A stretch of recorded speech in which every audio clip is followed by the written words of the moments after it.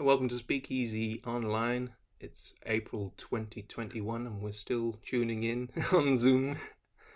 There's a couple of notices. There's still time for submissions for SpeakEasy 5 magazine, and you can see the details for that on the SpeakEasy web page on Facebook, or you can just get in touch with Cold You Press. A number of you have, so that's fantastic. Well, I think all of you have actually, so this will be for other people. And also on the 19th of June, there's going to be a Unity Festival online. There might be the opportunity to do a speakeasy at some point. When we have more information, we'll send out the details on Facebook. And if people are interested in joining us, that would be brilliant. It'll be this kind of setup. And the theme is Unity, but it's also celebrating communities and different people across the county. And also Susan had an interesting idea, trying to celebrate local poets with Cumberland accents and use of dialect in poems and things. And Jeanette, we thought of you with some of the uses of Wigton turns of phrase and things, and those brilliant, I think they were Wigton sort of haikus you did a couple of months ago. That would be wonderful. Yeah, I'll get them ready for you, Mara. Fantastic. That's great. Cool. Oh, we're looking forward to that already. As I say, more information about that will come out soon.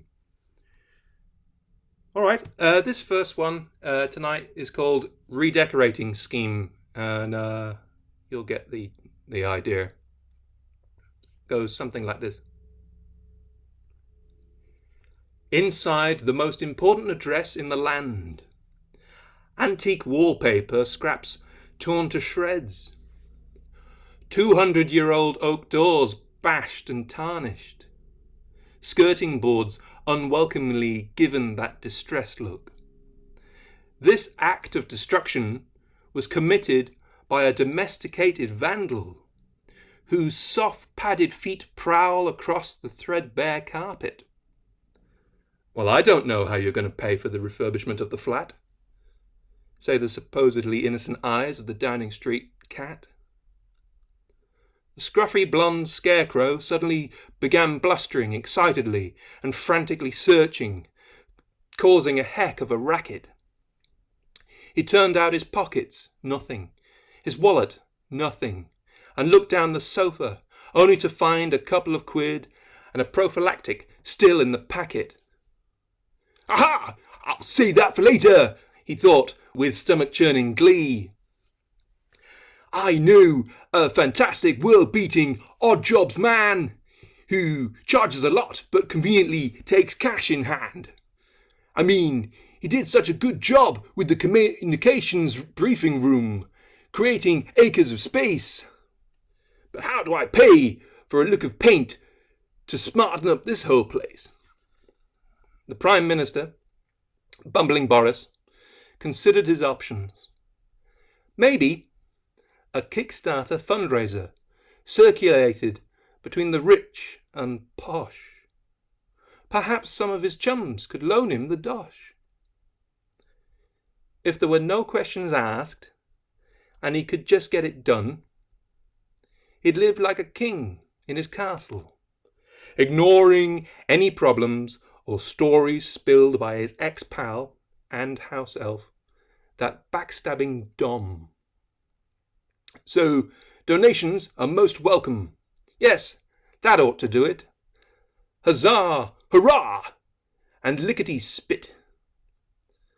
And there you have it. The redecorating scheme. Thank you very much. Roz, follow that if you dare. Very topical.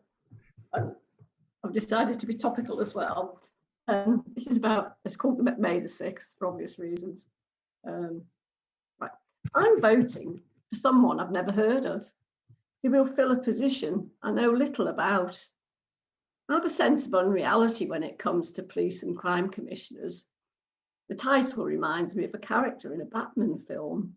But 10 years ago, they arrived and promised, amid promises of fairness and accountability in all things policing and how the law is upheld, including that long fought for legal right to a vote, won by men and women who stood up, who marched, have been arrested and imprisoned, mistreated, beaten and murdered, so that I am not disenfranchised. It is for them that I am using my vote when I vote for someone I've never heard of to fill a position I know little about. And that was that one.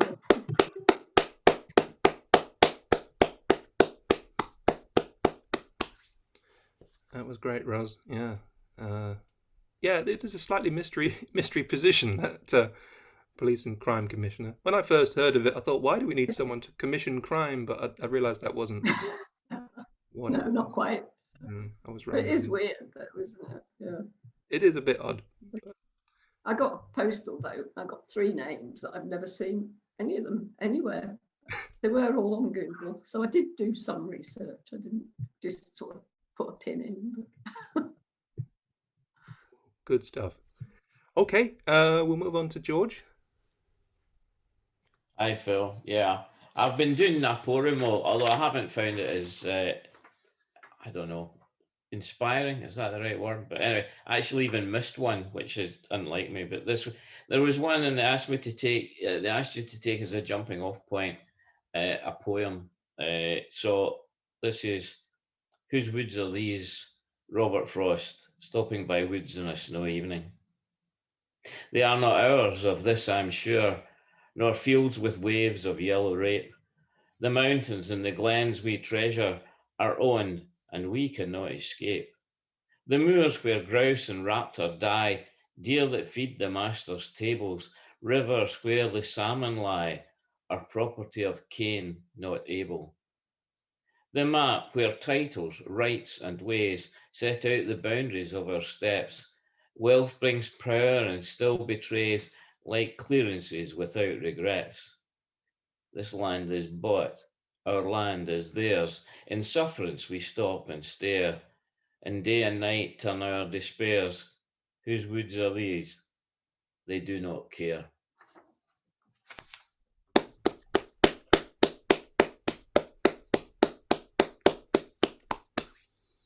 Yeah, well said, George. Well said. Yeah. It is interesting who owns land these days and what's free to roam on and what's private land. Yeah, I mean, some of these estates are so massive. I mean, we've got right to roam here. So, I mean, I always find that quite strange when I come down to England and I see things that say public footpath and things like that. But you've got right to roam. But even so, I mean, remember the guy that was going to sell the coolins?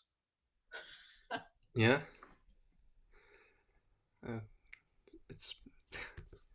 It's extraordinary what they'll try and do. Cool. All right. Jeanette. Right, well, 3 weeks ago we went to pick up our eldest from Manchester to come home for Easter.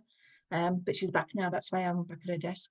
But anyway, on Friday we picked her up.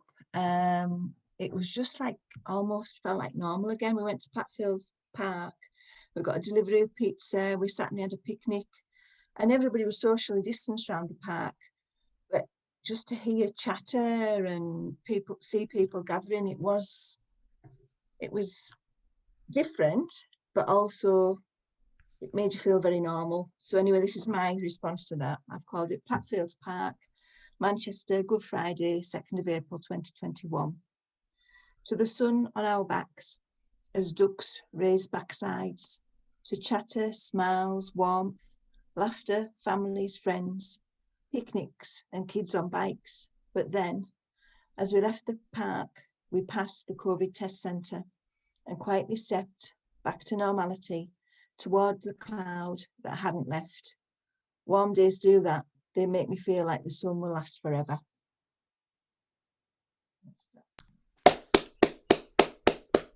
Yeah. That was great. you're right about the sunny weather. I think it does. We all sort of think, yeah, hopefully we're nearly through this. Thank you very much. Tony, hello. Hello.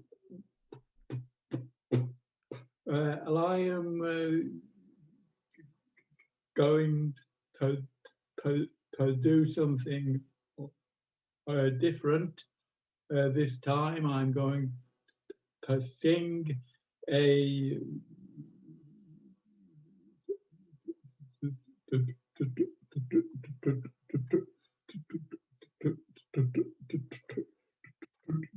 traditional folk song, and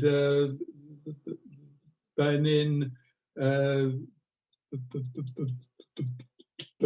next round I'm going to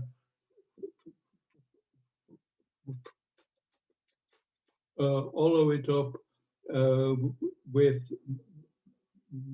my own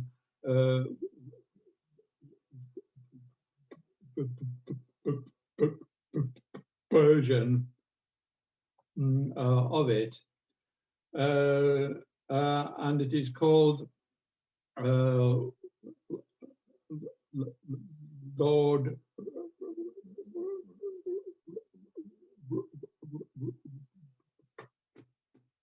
Andal, and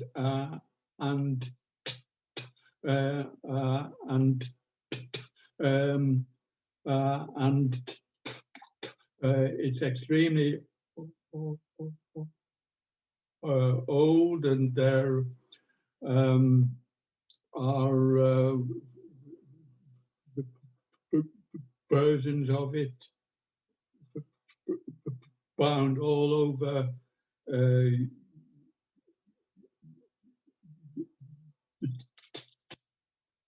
Europe, really.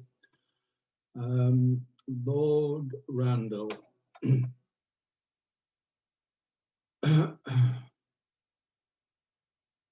Oh, where have you been, Lord Randall, my son? Oh, where have you been, my bonny young man? Oh, I've been to the wildwood, mother, make my bed soon, for I'm weary with hunting and fain would lie down. What happened in the wildwood, Lord Randall, my son? What happened in the wildwood, my bonny young man? I dined with my true love, mother, make my bed soon, for I'm weary with hunting and fain would lie down. What happened to your bloodhounds, Lord Randall, my son? What happened to your bloodhounds, my bonny young man? Oh, they swelled and they died, mother, make my bed soon, for I'm weary with hunting and I fain would lie down. What had you for your supper, Lord Randall, my son? What had you for your supper, my bonny young man? I had eels boiled in broth, mother, make my bed soon, for I'm weary with hunting and fain would lie down. Oh, I fear that you are poisoned, Lord Randall, my son. I fear that you are poisoned, my bonny young man. Oh, yes, I am poisoned, mother, make my bed soon, for I'm sick to my heart and fain would lie down. What will you leave your brother, Lord Randall, my son? What will you leave your brother, my bonny young man? The horse and the saddle that stands in yon stable, for I'm sick to my heart and fain would lie down. What will you leave your true love, Lord Randall, my son? What will you leave your true love, my bonny young man? The rope and the halter that hangs on yonder tree, and it's there let her hang for poisoning of me. And that's it.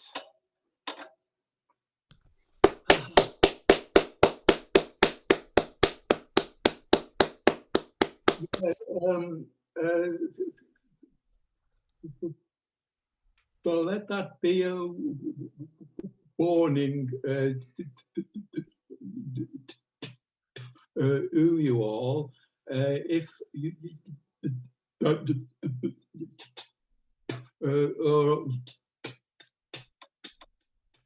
or ever offered eels boiled in broth, just say no. Remember, kids, just say no. Just say no. Tremendous, Tony, and brilliant singing. Brilliant. That was tremendous. Thank you. Fantastic. I look forward to the next round. Susan, hello. What have you got for us? Hello.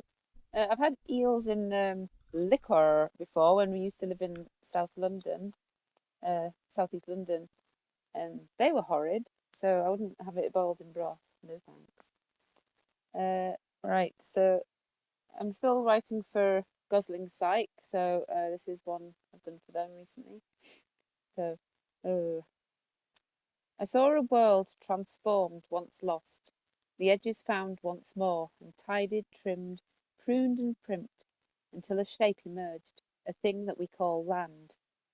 No tumbled mess of teasels on this tended bed, which dandelions will water with their tears, and flattened grasses raised from their repose, as heavy-duty strimmers draw a line.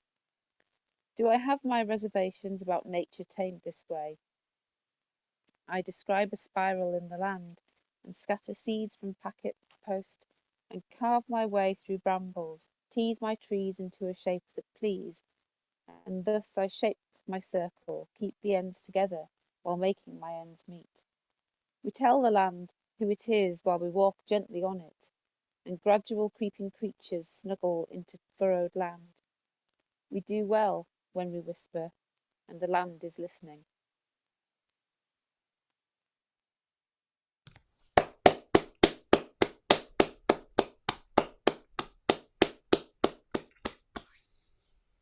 Good stuff. And Gosling Sykes up near Houghton at the north of Carlisle, isn't it?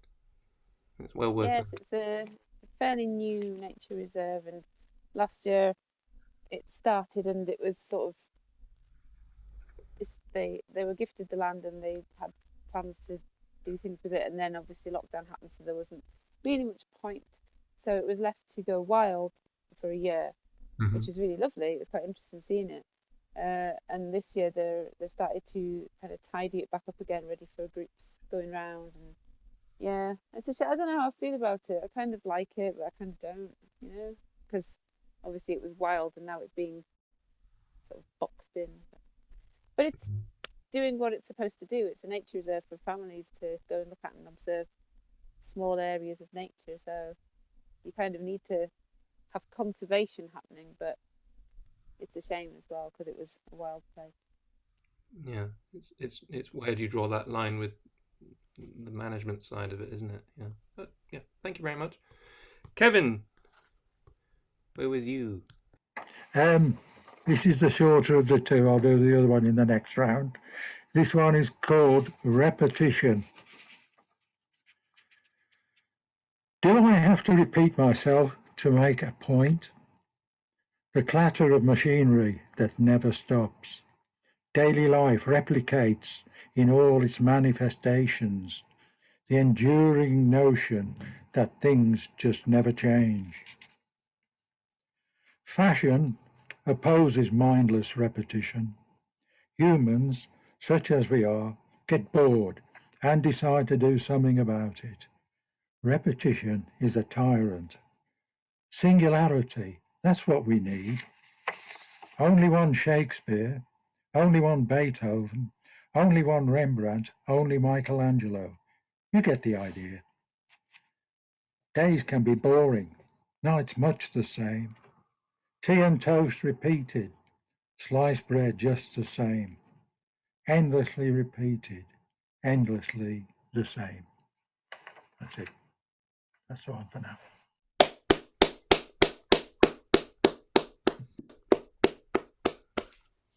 That was great. Thank you. You should have done it as the next one, because then it would be like a repetition. Or maybe you do it again. I thought you were going to do your own version of Just a Minute, where you have to speak without repetition, deviation, hesitation, or repetition. Oh, whoops. Oh God, I've been no good at that. Yeah. Excellent stuff. Cool. Yeah. So I'll save the other one for the next round, yeah? All right, that's great. Yeah, okay. Thank Cool. you. Great stuff.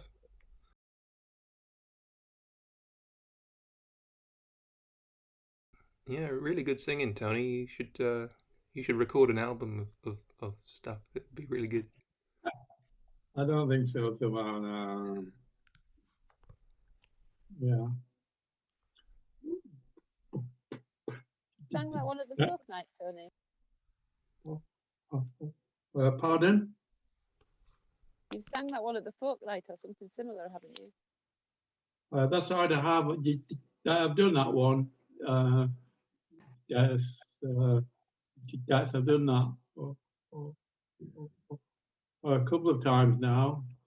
But yeah, the folk experience has really helped to build up confidence. You know, it's good. Yeah, worth a try. Anyone out there who fancies it. Yeah, so Carlisle Folk Experience on Facebook. That's the name on Facebook. I always call it the Folk Night, but that's not. That's the official name is the Carlisle Folk Experience. Yeah. Yeah. Cool. And Gene Hill runs it and makes the whole thing happen, which is brilliant. Cool. All right, we're all back in the room. Do we want a little story? Yeah. It's the latest in the this is the penultimate episode, actually, installment of Kung Fu Penguin. The show that critics are already comparing it to Line of Duty, and they just say it just doesn't compete. So it goes like this. This is Kung Fu Penguin, episode 7. Last time on Kung Fu Penguin, our heroes found themselves in a forbidding bunker-like room tied to chairs with cling film and facing a large bulbous entity in a giant water tank in front of them. They are prisoners of a sinister underground criminal network and now faced with a question from its leader. "Oh, will you join the criminal collective? Do. Silence. Well, let me tell you, members like the fringe benefits, such as a really good pension scheme, and several often take early retirement. Or they retired prematurely, asked Detective Snow Leopard bluntly. On occasion. Have you decided if you want to join us? Boomed the voice. No, thanks, replied the cop. And you, Penguin? It's very generous, but it's just not my thing. So it's a no from me. Ah, well, that is disappointing. But on the whole, not entirely unexpected. With that, the two sinister figures of Razor Bill and the asthmatic assassin approach. Each carried a syringe, and the detective and the private eye are both jabbed and unconscious in seconds. Don't kill them. We can't afford any more heat coming from the cops. Get the car and dump them somewhere far away from here. And then we need to deal with that troublesome manager of the Purple Gerbil. "Okay, boss," replied Razor Bill. He gestured to his monochrome feathered colleague, and they began to untie the prisoners, while the translucent creature in the tank disappeared into the blue, watery depths. Some time later, Kung Fu Penguin stirred, and awoke to find himself back in the cop car. It was dark. Night. D.I. Snow Leopard was asleep at the wheel. Luckily, they were parked up on the cliffs, looking out over the still, inky black water and gentle tumbling white spray of the waves as they hit the silver sands of the beach in the moonlight. Ping, ping. It was the cop's phone. She slowly awakened and took in the surroundings. "You okay, Penguin?" "Yeah, your phone went ping." Detective Snow Leopard finds her phone and looks at the message. "We've hit the jackpot. Somebody's leaked to the police CCTV footage of that kid being paid off by the sinister Vole, the nightclub manager. Look." There on the screen was the unmistakable figure of the purple gerbil manager, handing over a huge briefcase of cash. He'd opened it so he could check that it was all there, in exchange for the narcotics-filled porcelain figures, which looked either like a duck or a rabbit, depending on your point of view. He was handed one as a token of goodwill. "Looks like conclusive proof." The cop spanned through some more photos on the screen. "Wait a second, what's this?" On the screen was an image of the kid, maybe having got too cocky or wanting more money or something, coming face to face with Razor Bill and the asthmatic assassin. They'd drawn their guns, and the asthmatic assassin was illuminated by the bright sun-like flash of the pistol as it fired. "Hey, that's it. That's the murder I was framed for." "Yeah, Penguin, I guess you're right." "Here's something that'll clear your name," agreed the cop. "Although you can see why the witness might have thought it was you. You do look pretty similar." "What do you mean, similar? I look nothing like that guy."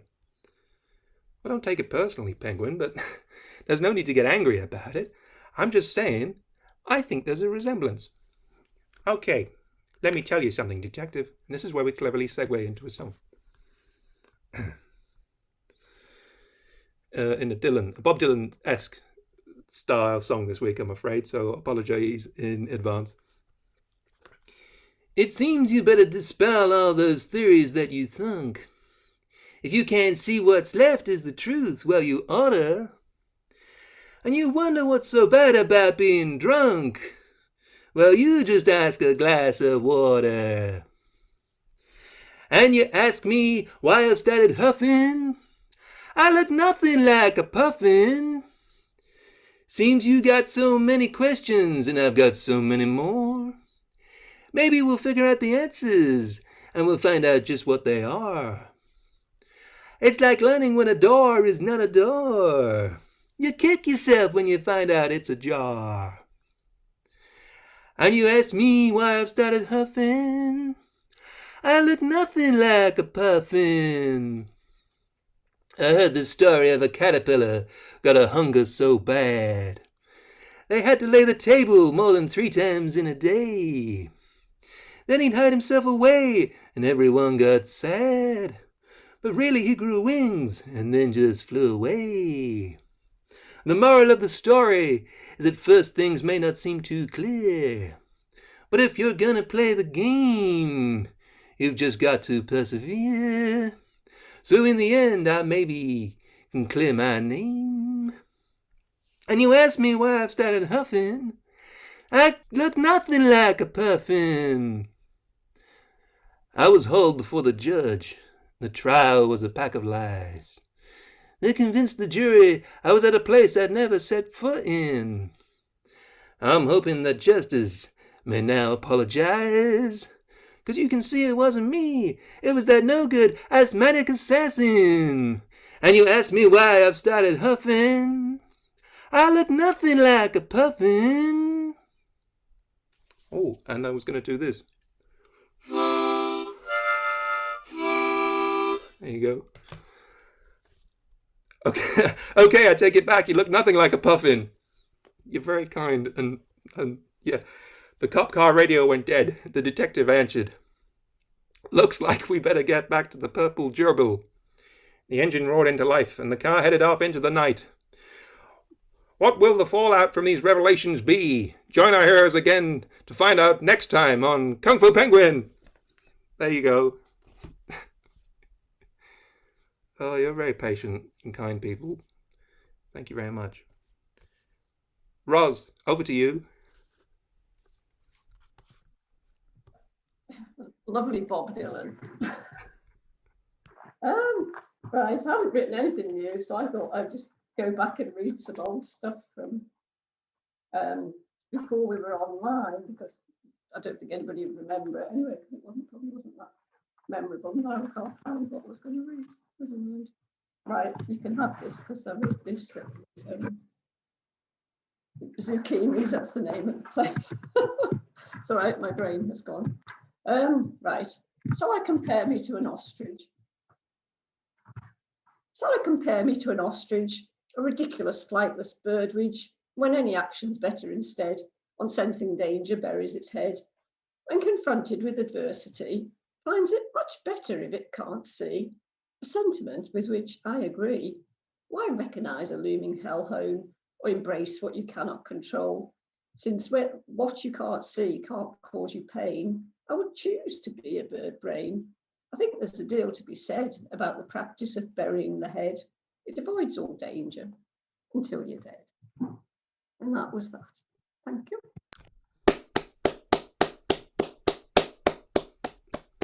Yeah, there's logic there, Roz. I like it. Yeah. George, follow that one. Right, yeah, well, I'm just going to do another one, the Naporimo thing. So on Sunday there, they asked for a poem about, they called it an occasional poem, meaning a poem about an occasion. So here we are. I happened to think of some pictures I'd seen at one stage of a wedding. Her special day. There's relatives she barely knows, those she asked because they're rich. The next door neighbour with son in tow, she cannot stand that snooty bitch. There's Uncle Donald drunk again. Auntie Courtney is on the prowl, eyeing up much younger men, her mother whispering, poor soul. The dance rehearsed with grind and pout, has guests cheering every whirl, especially when her boobs fall out, with Robin shouting, shake them, girl. Tomorrow, married, hungover, broke, she'll regret kissing so many men. Curse that creepy video bloke, recording all of the mayhem.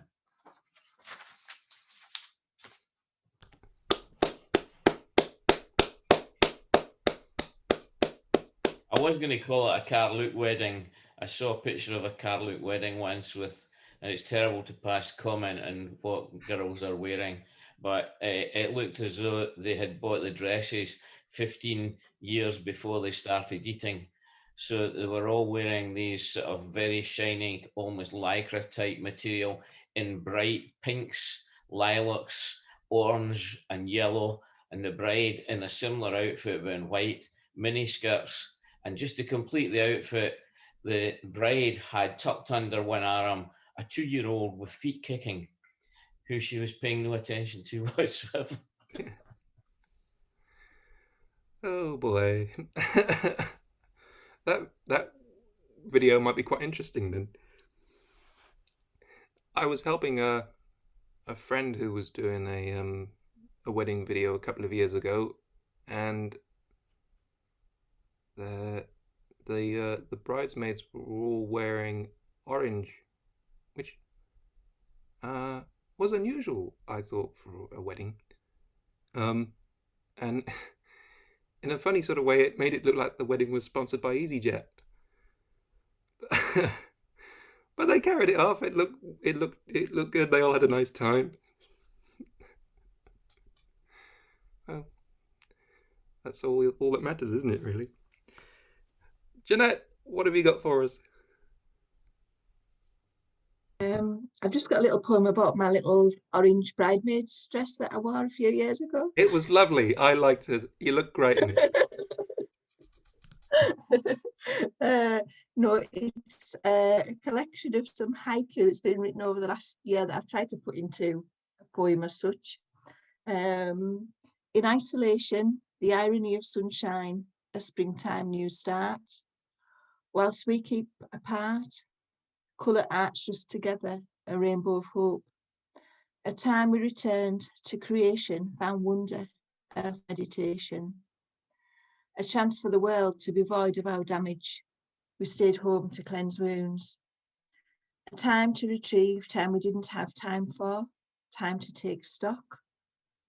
Locked down, not locked out, turning the key, we unlocked what's on our doorstep. A bolter of daffodils threw their trumpets high to a clearing sky. Clouds danced with the breeze, a clear sky epiphany, birds sang in free flight. While flowers uncut on the verge of bright colour, honey for the bees. By a riff of bee buzz, a bright chorus in yellow, an uplifting tune. Floors washed by rainfall as the earth, warmly nourished, a blackened edge rose.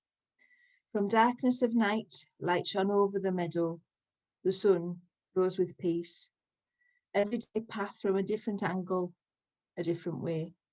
Hope found in haiku, hope hopes, future lessons, don't stay in the past. I'll start that one again. Hope found in haiku, hope hopes, future lessons, don't stay in past tense. And that's that.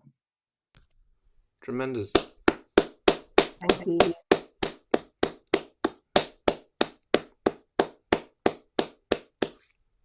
Really great.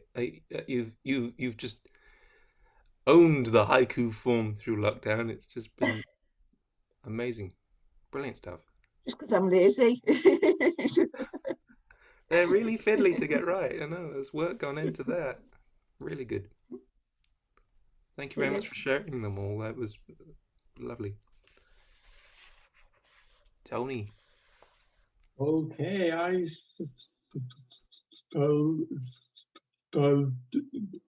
I'll do my version of the song I did before. I actually wrote it in the first place as a poem, but I did find it worked just as well as a song. And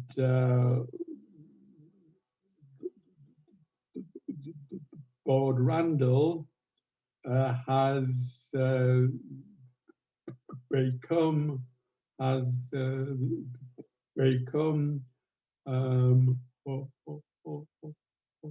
a poacher, and there is also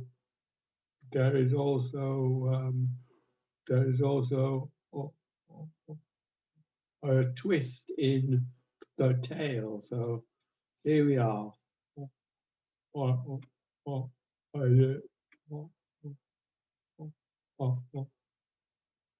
Jack Randall, it's called.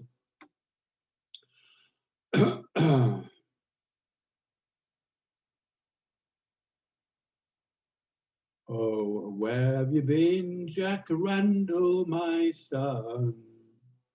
Oh, where have you been, my bonny young man?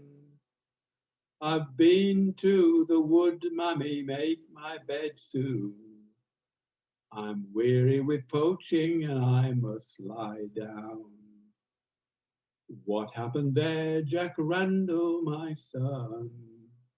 Where is your lurcher, my bonny young man? He swelled and he died, mammy, make my bed soon. I'm done with poaching and I must lie down. Where did you eat supper, Jack Randall, my son? Who did you eat with, my bonny young man? I ate at my love's, mammy, make my bed soon. My love wasn't hungry, now I must lie down. What did you eat there, Jack Randall, my son? Did the dog get some, my bonny young man? Boiled eels in broth, mummy, make my bed soon. The dog had the leavings, now I must lie down. I fear you are poisoned, Jack Randall, my son. I fear you are poisoned, my bonny young man. I am poisoned, mammy, make my bed soon. For I'm sick to my heart and I must lie down. What's for your brother, Jack Randall, my son? What will you leave him, my bonny young man? My gun and my lamp, mammy, make my bed soon. For I'm weary of life and I must lie down. What's for your true love, Jack Randall, my son? What will you leave her, my bonny young man? One of my ropes, mammy, tied to that tree, and may she hang soon for poisoning me. And what about me, Jack Randall, my son? What will you leave me, my bonny young man? My second rope, mammy, tied to that tree. You plotted with her, now hanging's a fee. And that's it.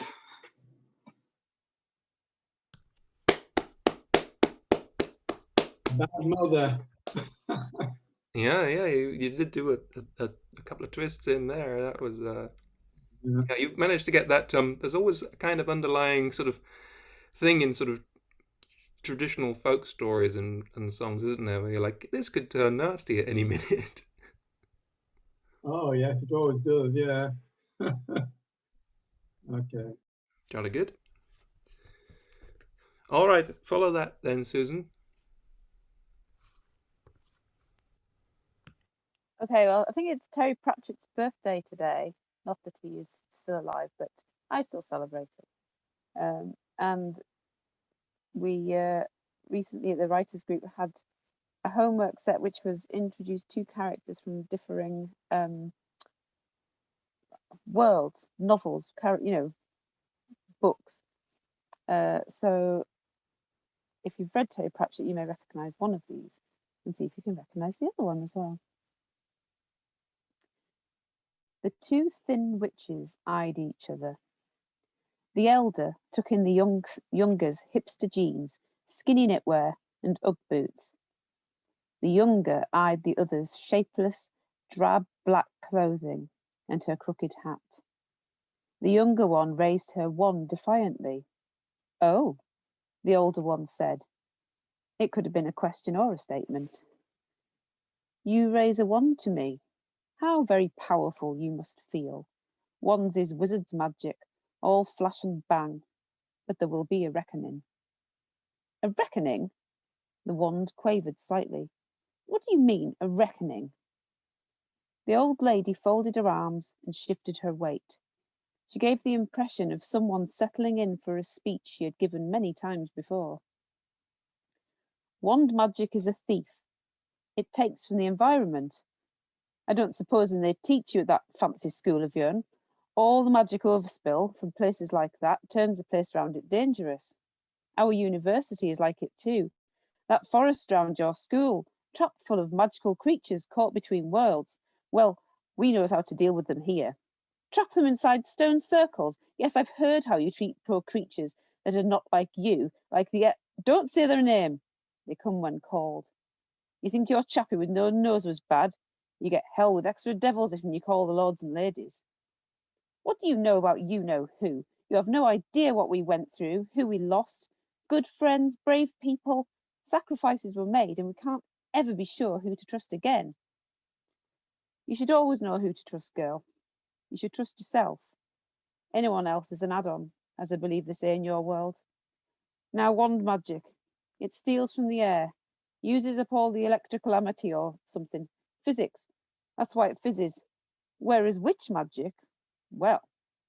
And the old lady held out her hand, and an apple fell from the tree she was standing under, directly to her palm. Oh, that's just luck, or knowing the tree is in fruit and would likely fall. It's not magic. Granny Weatherwax eyed Hermione for a full, long, silent minute. Her wrinkled eyes deepened as she frowned. Hermione matched the frown, spells crowding her mouth, waiting for the second she needed to cast. Then she stared as the apple in Granny Weatherwax's hand started to sprout leaves from its stalk, and a tiny trunk began to grow. I got no time for waving wands about. She stopped, turned that line over in her head, and glad her audience had not contained Githa Og, continued. I don't hold with classrooms and books of words and such. I ain't going to teach you anything. A smile almost ghosted her old mouth. But if you're clever, you might just learn something.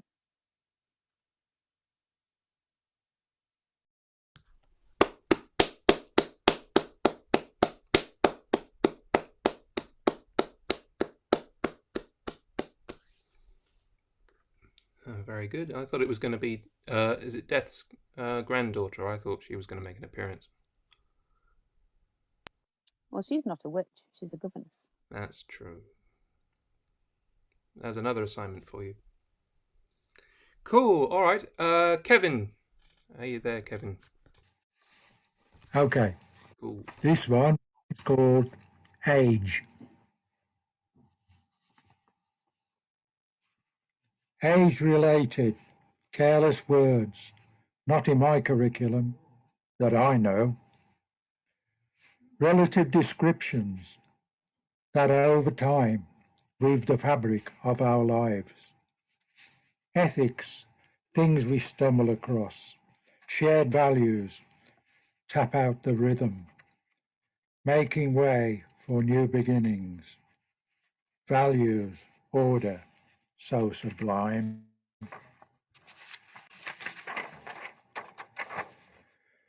Ideas gleaned from dreams, exceptional circumstances, beggars on the streets, waving, always waving. Conversations with the past, challenging the here and now. Digging through photographs, shocked by what has changed. Who is that? Where is that? Is that me? Did I wear that? Heavens above, spare me. What a thought. What will they think? Can I escape the clutches of a lost horizon? Replace past years with a now? Wander through my youth with circumspection, aiming higher than I ever did before. Thank you.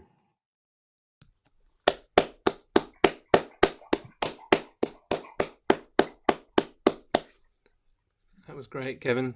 Yeah, aiming you. higher than I ever did before. That's brilliant. Fantastic stuff. Yeah. Thank you. Hello, Claire. You've joined us. Hello. Hello, how are you all? Sorry I'm late. It's lovely to all right. see you all. Good to see you. It's good to see you. Have you got a song for us? Because you can do it now if you've got one. We've all got. I've got two short poems, if that's okay. But I can do. Shall I do one poem? What would you like me to two, do? because we've all had two goes so far. So we'll let you do two because we're generous like that. Oh, thanks. They're two short poems. Let me move my scone and jam out of the way. Scone? Is there a scone? So It wouldn't be the SpeakEasy cherry without food. scone and jam and better. Mm. And I've got a cup of tea that you can't see as well. I wasn't going to come without snacks. So the first poem is called, it's on my computer, let me get it. It's called I Care About Literacy. I care about literacy. I care about finding each and, yes, every tiny letter making new words to my eyes. There's patterns on the pages and I've sat here to decipher them carefully. listening to every noisy portal sound out of my ears. These pages stand before me, and I care about finding the purpose in paper and those sounds ink makes in your head. There's swirls and lines on this thin fabric, and I'm not all there yet, but I will be. Because yes, every letter becomes a word, becomes meaning to me with care and accuracy and love. I finally find what my eyes have been showing me carefully, actually knowing now more than I can see. That's the first one. Cool. Thank you. And this other one, oh, it hasn't got a name actually. If anyone's got a suggestion, it hasn't got a name. It's just in response to someone I follow on Twitter, and they were tweeting different things, and I thought it was quite cool. Sometimes behaving's overrated. You can get ugly or get out. I've always been the one who wants to fix a few bad bricks instead of burning it all down. But sometimes you gotta call it. If you want to keep walking in the spirit and choose life and faith, instead of punching branches that grow back again, fighting strongly for something you care about, but the wood never ends. When what should be caring for you is doing its best to tear you down, you're not wrong, and you can say enough before you get dragged away with it. There's a better place to be, and you're better off to go with it. Thanks, guys.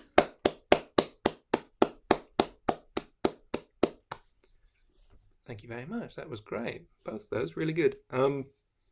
Yeah. I don't know what the title should be of that second one though. You're not wrong. I don't know. That works.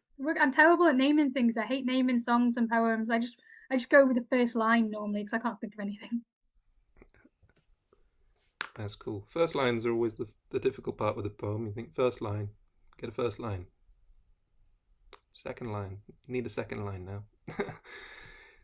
Anywho, we've got about a few minutes still to go on this one. Are we okay? We'll go around again. Does that sound all right? Okay, cool. Excellent. We had mention of, I think Jeanette mentioned daffodils before, and I came up with this at a little workshop I was doing with Heathlands a couple of weeks ago. It goes like this: it's daffodil. I gave them a picture of some daffodils against a brick wall, and they had to come up with some descriptions for it, and this is what we came up with, some of the stuff. Daffodil. Light green stalks darkening skyward, rise amongst misshapen stones. Sharp grass blades cut between tiny boulders, grey, blue, white and brown chippings, fireworks on green poles, framed against a red brick wall. A white curtain hook escapee lies still at the base of the golden trumpets. Some are bent and some are tall. A 6-point starburst stands out against the blue, purple, red, orange rectangles of clay. Thick marzipan, white speckled mortar joins bricks together. One brick wears sunglasses, shielded from the sunlight glow. And that's that. Thank you very much. Okay, Roz, do you have another one? Yeah, I just found the first poem I ever read out, and that was at the Kirkgate on the 11th of September in 2018. It's never had an outing since, so I don't suppose anybody will remember it. It's called Is This Poetry? Sharing these words makes me feel insecure. Is this poetry? I'm really not sure. I could spew out silly comedic verse, pointless ditties. Could anything be worse, less grating on serious writers' ears than expressions of naught beyond my fears, that you educated poets will judge me on some lofty criteria I can't see. I hide, poker face behind my trump card. Capability, my favoured facade. Unsurprising, I feel disinclined to unveil and risk exposure if my writings fail to impress. By coining this poem for you, I've deceitfully tried to imbue a meaning to justify my attempt. That's postmodern writing, worth your contempt. Now I have plucked up the courage to show something I've written, I'll very soon know what anyone thinks, be it good or bad, or if you think I'm stark raving mad, to stand up here and present my drivel, hoping this audience can remain civil and polite until the end of the verse. Then you can applaud, or whatever's the reverse. And I staggered through that. I was shaking like a blooming leaf when I read it. I remember, but it was I still great. do shake when I read, but never mind. It was great then. It's great now. It's always great, and you're great. Thank you. And I know Val says the same sort of thing, and Val's great as well. So you're both terrific. Everybody's terrific. But you guys always go, "Oh, this isn't very good," and then it blows everyone out the park. You know, it's great. So excellent stuff. Really good. All right. We've got a couple of minutes. George, have you got one? Yeah, I probably wouldn't take more than that, Phil. Yeah, this was another one from Naporimo, but it was just to take a poem and rewrite or reform it in a way, a parody of the poem. So with apologies to Chesterton, this is The Bounty. When Boris lied and Starmer talked and Nicola was stubborn, the moment when the people rose, when they grasped the thorn, with thunderous yell, the sickened Scots lost fears and errant doubt. Not paper's warning parody, the truth at last they shout. The tattered downtrod of the Brit, the ancient pick-bred race, star-scourged deride them, call them dumb, have found their rightful place. Fools, at last they have their hour, and freedom's hour is sweet. There is a hope in every glen, and joy in every street.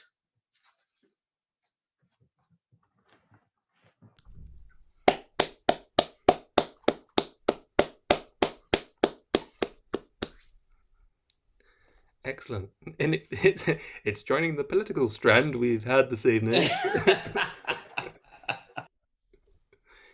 That's good, man. Really good.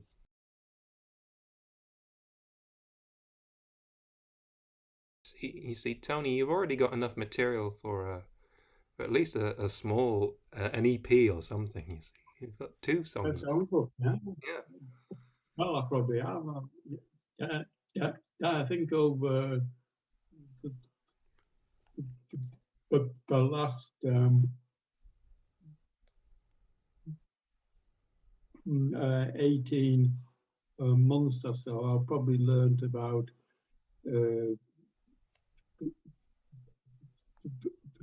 30 songs now. Yeah.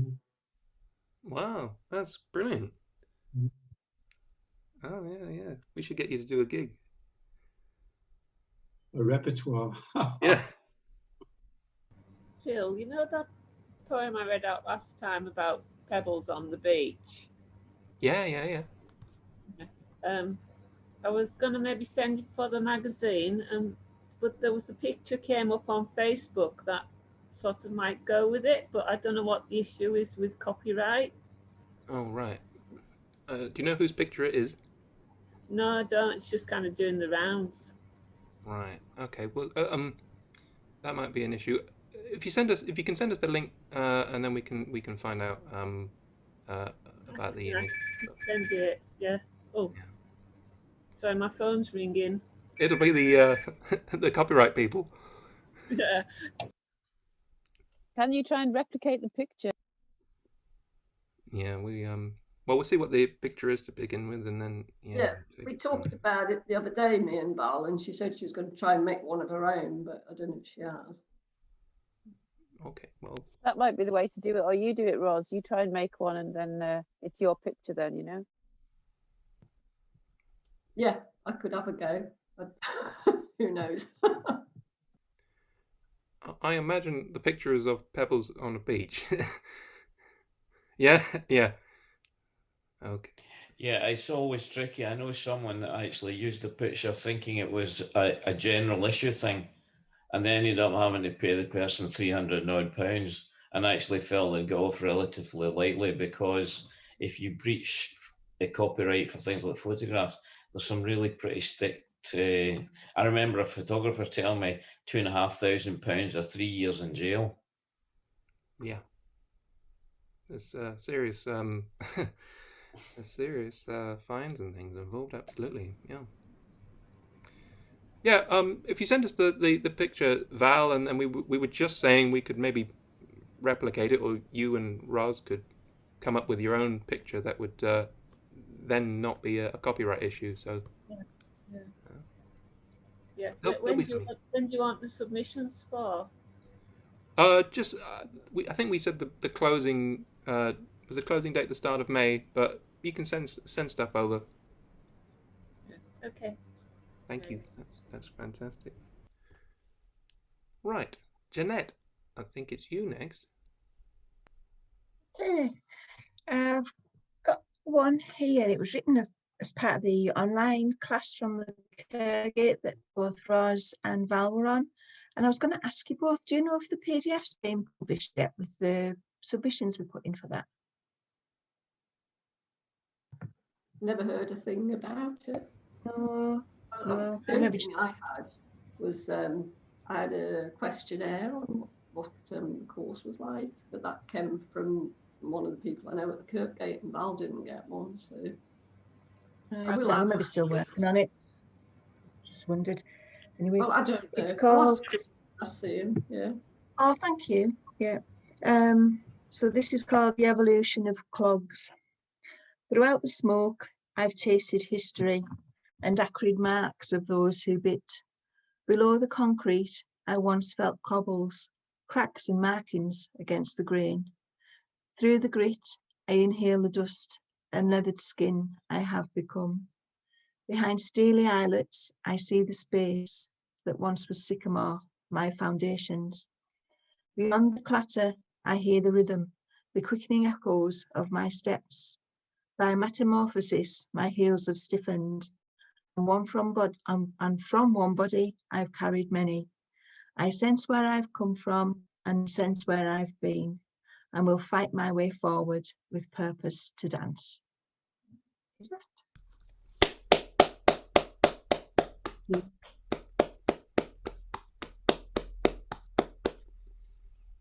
Excellent stuff. I'm sure the Carlisle Clog group would wholeheartedly agree with that. Yeah, they got the thumbs up there. Good. Cool. All right. Tony, have you got another one for us? Yes, I think I'm going to take with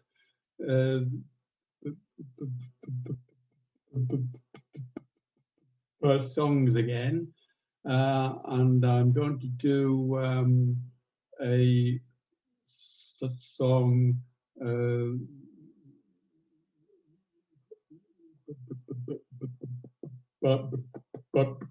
by Mike Waterson, who was from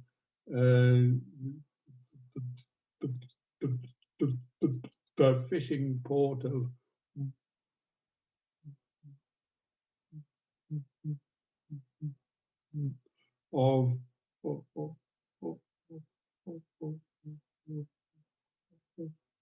Hull, and he wrote it in 1975, and it's called 3-Day Millionaire.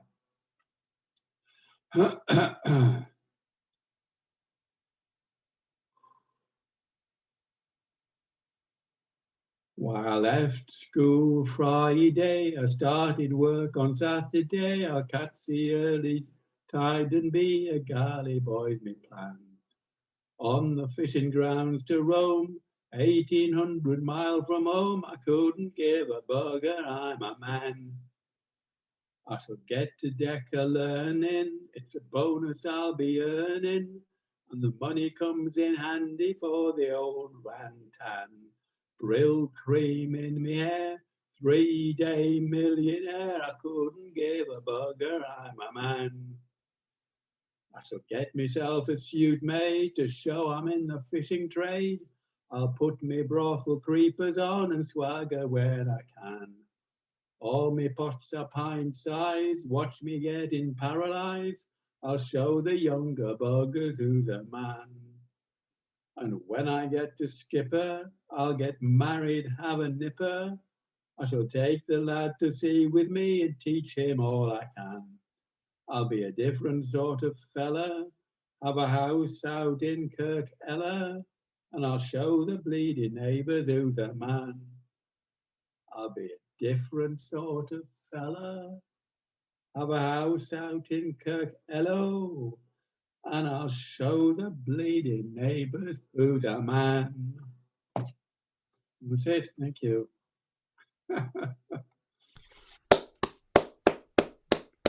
Good fun, that Love one. it. Yeah. Brilliant. Love it. Brilliant stuff, Tony.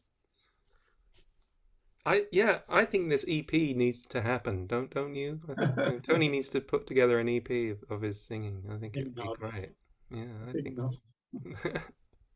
Just put it on Spotify then. A learner.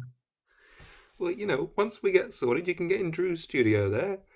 It'd be fine. It'd be great. No worries. Susan, follow that.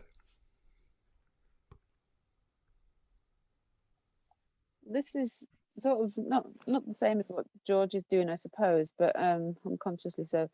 There's a art thing at the moment called Scree. It's a woman wanting people to respond to the what she calls experiments, which are roots that she's put online, and you've got to respond to the route, but in a different, not just I enjoyed this walk, it was great, and and the view was lovely. You've got to respond to it differently. So she's quite interested that obviously as a wild swimmer or as an outdoor swimmer, I would have a different response than a walker may in the same environment, for example. And one of her experiments, as she calls them, is around Ullswater, where, you know, sort of where Wordsworth wrote Daffodils, or was inspired to write Daffodils, allegedly. So I chose that same area and in the style of Daffodils, which I have written in before about the River Eden, but this is about Ullswater. So, we are not lonely by this lake, nor in this bay or car parking. For others like us wish to take a part in scenic exploring, with cagoules zipped against the breeze and dodging dog bags in the trees. We, however, draw the gaze of families travel from down south. Our hardened bodies, not affairs, dip tender flesh in chill lake mouth. Goosebumps raised on corned beef skin, we confidently venture in. And midst the lockdown boredom crashers, us swimmers in our cosy only strike out further from these splashes. Our ears are filled with tourist groaners. The cold delivers that exquisite thrill. We are addicted to the chill. And though we praise our chilly nook, we miss the quiet of the lake, as wetsuit experts fill up Facebook with their discovery, their hot take. We seek out treasures no one knows. Our solace colder and deeper goes.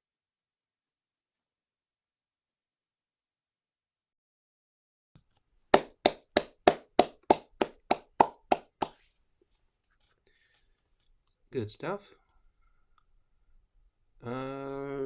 Kevin, is he around, or is he? I think he waved bye-bye last time, didn't he, at the end? So I don't think he's going to sign back in. So after Kevin, it was Claire. So Is Claire there? Have you got another? I'm here. You're there. Put my food away. Sorry, That's I'm right. eating, which is why my camera's off. Oh, there's not as much scone as there Don't was need- before.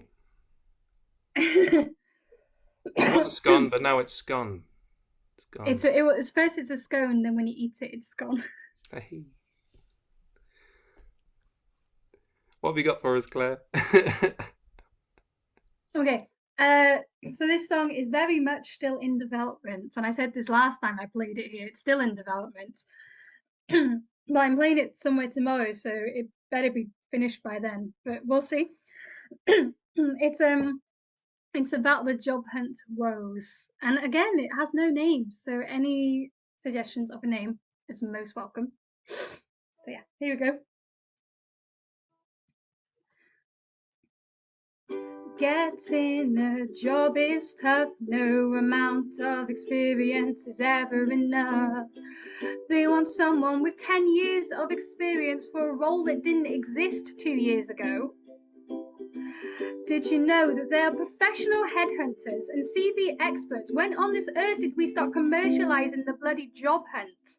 It's now the job hunt industry. It's not the industry I want to be in. But that job is easy, you could hire a donkey. Or instead, you could hire me. I'll be your mule, I'll be your muse. 'Cause I need to pay my electric bills. I thought I'd get a degree, 'cause it would be useful to me. So why will no one hire me? Turns out I'm overqualified for just about everything I try. I don't think they realise that my degree is in drama and musical theatre, so I'm not actually qualified to do anything useful. I wrote a cover letter, did it get to you? Did you see how I tailored it to your company? I used all of the keywords, made it look like I had more responsibility than I really did when I was just a person by the oven, sugar in the donuts. But you don't need to know that. You just need to know that I'll turn up on time most of the time, and I'll try my best except when I don't feel like it. That job is easy, you could hire a zombie, or instead you could hire me. I'll be your mule, I'll be your muse, 'cause I also need to buy groceries too.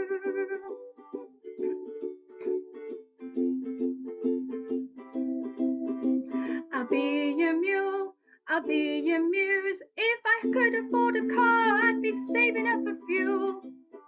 It's hard when you can't make ends meet. My friends tell me I should sell pictures of my feet. In the future, instead of cover letters, I think I'll send them this song. What could possibly go wrong? Thanks. That's kind of how it is.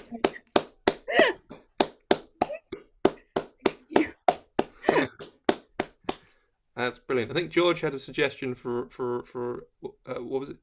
Headhunted, was it, George? Head haunted. Oh, right. I like that. I might make that the title, George. I like it. I like the line "hire a donkey," or instead hire me, and you could put "or instead hire me" in brackets. So the song could be called "Hire a Donkey," but probably not strong enough to hang a song off that. Actually, forget that idea. Like pin a tail on the donkey. Is that what Yeah. you mean? CV masterclass. Yeah, that's good. That's good. Yeah, yeah. There's some advice for everybody there. Yeah. Are you're performing it tomorrow? Yes, there's a comedy event, if I'm allowed to do a cheeky plug, but there's a comedy event and it's free and it's online and it's tomorrow. And What's it called? It's called Alternative Interviews. I'll put a link on the group, and it's you just need to book a ticket because it's on Zoom, but it's free. And there's different stand-up and cabaret and all different types of comedy. And so I am doing this song tomorrow. So you'll see a version of it tomorrow as well. What time was that? Virtual doors open at 7:45 and it starts at 8 and it's till 9. Ooh, I've got a meeting tomorrow. But is there a chance to catch it up afterwards? I Or don't is it? think it's on catch up, but No. I'm gonna ask him to record my song, Mhm. so you'll hear that one again. Good. That is good. But yeah, That's cool. Well, I'll ask him if it's on catch up. I don't think it is, but I'll ask. hope it goes well. Thank you. What do we say? Break a leg? Break a leg, yeah. Thanks for letting me play it here tonight as well. It's helpful. It was great. Yeah. We've had loads of music and singing tonight. It's been great. Cool. I've got well, it's only 9 o'clock, but do we want to do one more round, or do we want to call it? We'll finish it there. Are we all a bit tired? Yeah, we'll call time. Okay, I've got one quick one, and then we can wrap things up. This is called Meeting Up Post Lockdown, and it goes like this. Shall we? I mean, do you want to? Meet up? Well, if you'd like to, maybe. Socially distanced? Of course. Masks? Can't be too careful. Only for an hour or so. Okay. We agree a time and place. The big day arrives. Set off in anticipation of long overdue face-to-face communication, or conversation as it says here. An underlying anxiety lingers on. Who's got it? Will I get coronavirus? Did I get it back before the start? Suffering a flu like no other? Or was it something else? And not the dreaded lurgy. Jabs and tests are being rolled out, but I'm not yet on that list. Will I remember your face, your voice, you? Will you remember me? We arrive at the rendezvous, a nondescript spot. I see a figure. Something in the memory recalls this form, and slowly we approach one another, like an exchange of Cold War secret agents, each free of our self-imposed incarceration. Pause before muttering your salutation. You all right? Yeah, you? Yeah.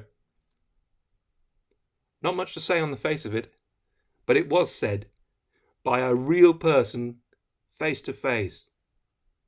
This has been missing. Now it's found. Perhaps it won't be too long before we meet again. And there you go.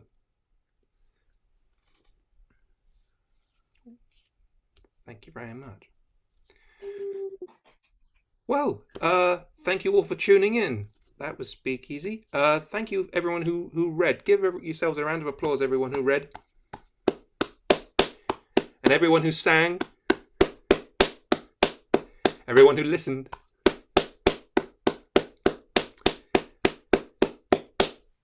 And yeah, thank you all for joining in. Phil, for hosting. Well, for me, thank you. That's very kind. Round of applause for Phil. Thanks, Claire. Thank you. Thank you. Well, thank you all for joining in, because it wouldn't be a thing if people didn't turn up. It'd just be me on my own, just rambling on about penguins doing kung fu. So, thank you for sparing sparing us for too much of that. It's been great. We'll do it all again next month, and then who knows where we'll be? Maybe back in real life, but we don't know. But there'll be Poets Out Loud on Wednesday, May 12th, and then we'll be back the end of May. So, take care. We'll see you then. Cheers, guys. I'll see you. I'll see you, folks. Bye-bye. Phil. Bye-bye. Bye-bye. Bye-bye. Bye. Cheerio. Bye-bye now.